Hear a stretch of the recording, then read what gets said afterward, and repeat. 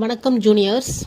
ஒரு சிவில் டிஸ்பியூட்டை பேஸ் பண்ணி கிரிமினல் கேஸ் கொடுக்க முடியுமா? அவ்வாறு கொடுத்தால் அதை குவாஸ் பண்ண முடியுமா? Supreme Court of India judgment citation 2025 INSE 1402 justice Ahsanuddin Amanullah and justice Vinod Chandran. Parties are Amal Kumar and others versus state and another. Date of judgment 9/12/2025. Section பார்த்தீங்கன்னா SC/ST ஆக்டில் section 3 subsection 1 and class G and class S.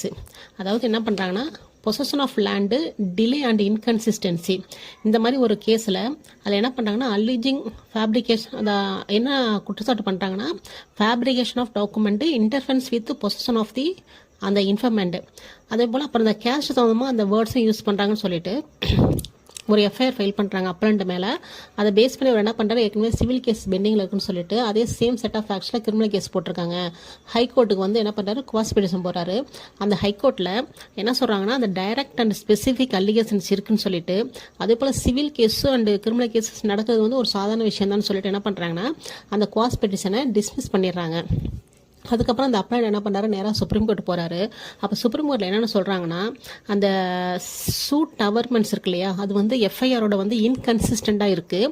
அதே போல் அந்த sale டீடை பொறுத்த வரைக்கும் not challenge. அதனால் இந்த proceedings under section SC/ST act வந்து நான் மெயின்டெனபிள்னு சொல்லிட்டு அந்த புகார்தாரர் இருக்கார் இல்லையா, அவர் வந்து பங்கஜ் சிங் என்ற ஒரு நபர் தூண்டுதலை தான் இந்த புகாரை கொடுத்ததாகவும், இதே போன்று பங்கஜ் சிங் தூண்டுதலின் பேரில் வேறொரு நபர் மீது இதே போல் புகார் கொடுத்ததாகவும் அந்த விசாரணையில் தெரிய வருது அந்த ஆர்குமெண்ட்டில். அதே போல் சொத்துக்களில் தலையிடுதல் மற்றும் கட்டிடத்தை இடித்தல், இந்த மாதிரி தான் புகார் கொடுத்துருக்காங்க. பட் வந்து இந்த சேம் வெர்ஷன் வந்து சூட்டில் வந்து சொல்லப்படவே இல்லை. அதே போல் அப்பலண்ட் கூட என்ன பண்ணுறாரு, அந்த பங்கஜ் சிங் மேலே கூட ஒரு புகார் கொடுத்துருக்காரு. அதே போல் அந்த எஃப்ஐஆரில் பார்த்தீங்கன்னா நிலத்தை கையகப்படுத்தின மாதிரி எந்த ஒரு அலிகேஷனுமே இல்லை, குற்றச்சாட்டுமே இல்லை. அதனால் நோ கொஸ்டின் ஆஃப் அஃபென்ஸ்னு சொல்லிட்டு என்ன பண்ணுறாங்கன்னா அந்த கேஸ்ட்டை பற்றி பேசுறது கூட பப்ளிக் பிளேஸில் பப்ளிக் வியூவில் வந்துருக்கணும். அதையும் இங்கே சுட்டி காட்டி என்ன பண்ணுறாங்க, no further proceedings shall be taken by the போலீஸ்ன்னு சொல்லிட்டு இந்த கேஸில் அந்த ஹைகோர்ட்டில் வந்து குவாஸ் பெட்டிஷனை வந்து டிஸ்மிஸ் பண்ணாங்க இல்லையா, அதை வந்து செட்டசைட் பண்ணிவிட்டு இந்த குவாஸை வந்து எஃப்ஐஆரை வந்து இந்த எஃப்ஐஆர் வந்து குவாஸ் பண்ணி ஆர்டர் போடுறாங்க சுப்ரீம் கோர்ட்டில். இதுதான் அந்த கேஸு. இது முக்கியமாக சிவில் கேஸை பேஸ் பண்ணி கிரிமினல் கேஸ் போடுறாங்க இல்லையா, அந்த அடிப்படையில் வந்து இந்த எஃப்ஐஆரை வந்து குவாஸ் பண்ணியிருக்காங்க.